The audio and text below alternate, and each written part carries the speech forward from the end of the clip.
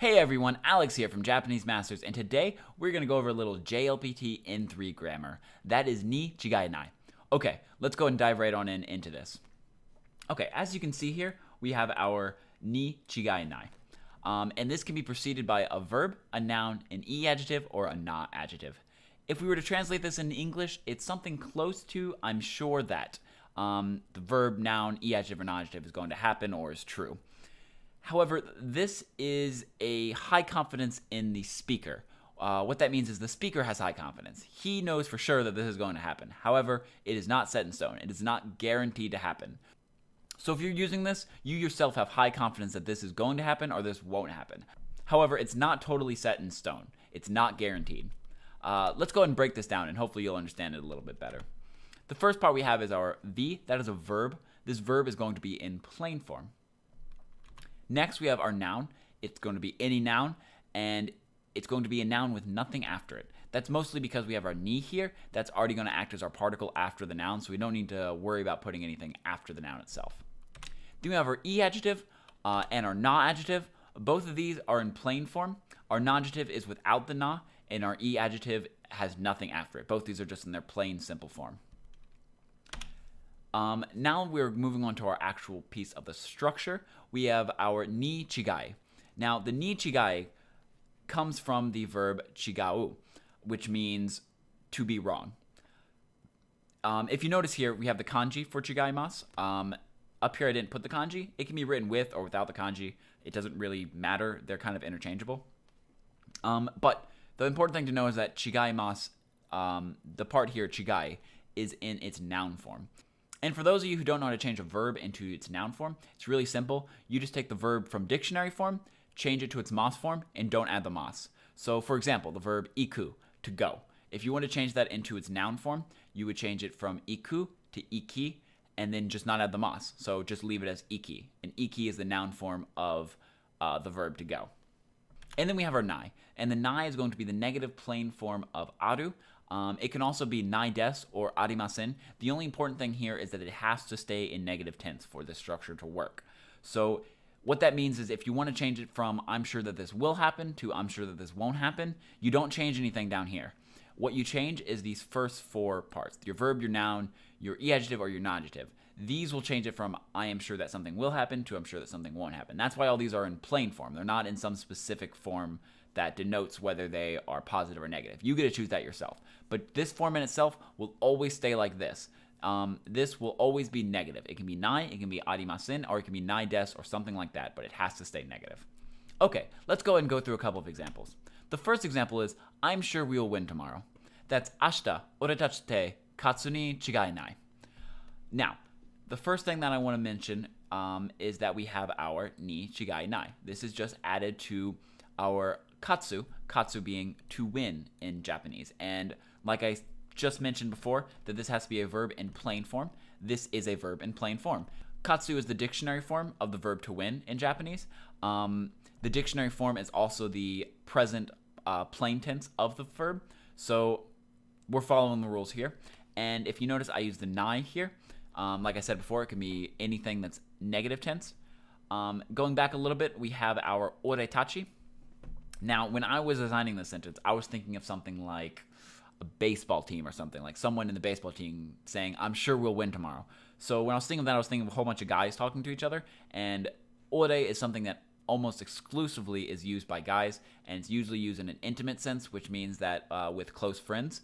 However, depending on the age, people use it a lot more than other people. Like a lot of college students, for example, use ore a lot. Now, the tachi at the end of it, of course, just makes it to we instead of I. And then the te here is a way to replace wa or ga. You can replace wa or ga with te. Makes it sound a little more colloquial, a little more fast speaking. And then, of course, ashita means tomorrow. Now, this whole sentence as a whole is saying, I'm sure we'll win tomorrow. Now, this is the perfect example of what I was talking about. This person himself, he is very confident that they're going to win tomorrow. However, tomorrow is a game. It's a match. It is not guaranteed that they were going to win. They could possibly lose tomorrow. And that is why you use this tense. So the person himself, he has high confidence that they're going to win tomorrow. But it is not set in stone. It's a baseball match. It's a whatever game. There is a chance that they will lose.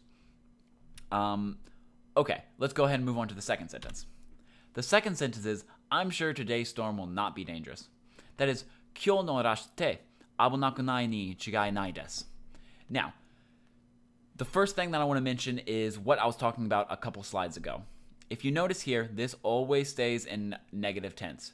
I decided to use nai des to make it slightly more polite. Like I said, it's more polite than nai, less polite than arimasen, but colloquial, when people are speaking, it's used a lot. In a lot of ways, it actually replaces arimasen. But as you notice, this has changed from I'm sure that this will not be to I'm sure that it will be. But this has not changed. This is where we change it, like I said, before the statement. So we have abunakunai.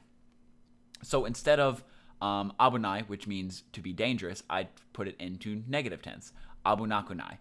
And that changes the whole meaning from I'm sure that it will happen to I'm sure that it won't happen. So he's saying he's sure that it won't be dangerous. And like I said before, it's in plain tense. There's nothing after it. It's just the e adjective in plain tense followed by our grammar structure.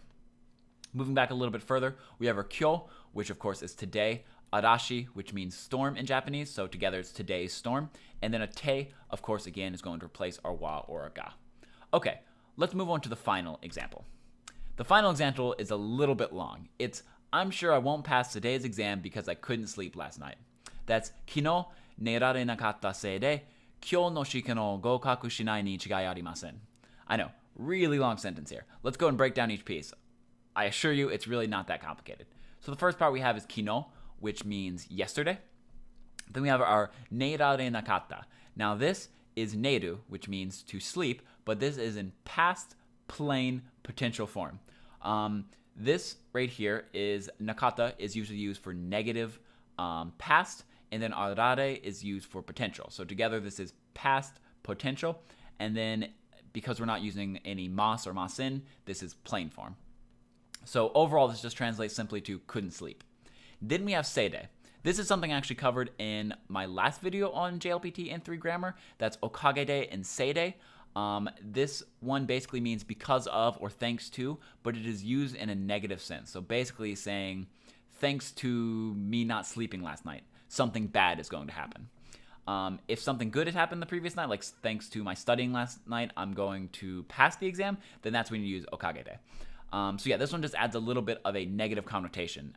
Kara would be more neutral. This is adding negative connotation to it. Then we have our kyo, which means today. Then shiken, which is exam or test. So together that's today's exam or today's test. And then we have gokaku shinai, which comes from gokaku suru, which means to pass. And then like I said before, this always is negative.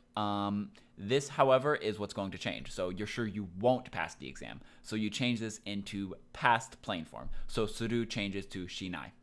And then I decided to be more polite here. So I changed this to arimasen. And remember, all of this can be in plain form, but if the last part of it's in polite form, then the sentence is polite.